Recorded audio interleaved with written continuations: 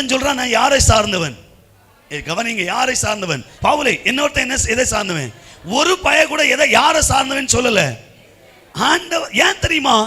ஒரு விசுவாசி கூட கர்த்தருக்கு மேல எதை போடல, அஸ்திவாரத்தை போடல.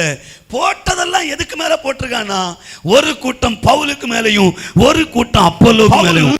இந்த ஊழியத்தை ஆரம்பித்த போது எல்லாரும் ஐக்கியமா இருந்தாங்க, ஒருவருக்கு ஒருவர் ஐக்கியமா இருந்ததுனால சபை டப டப டபன்னு வளர்ந்துச்சு. எந்த அளவுக்கு சபை வளர்ந்துச்சோ அந்த அளவுக்கு சபைக்குள்ள பிசாசு புகுந்து சபைக்குள்ளே பிரிவினைகளை கொண்டு வந்து விட்டான். நிறைய சபைகளுக்குள்ளே பிரிவினைகள். பார்த்தா சபை மகிமையா இருக்கு, சபை மகிமையா தெரியுது. ஆனா சபைக்குள்ள போய் பார்த்தா தான் தெரியுது கமிட்டின்றாங்க, பாஸ்டர்ன்றாங்க.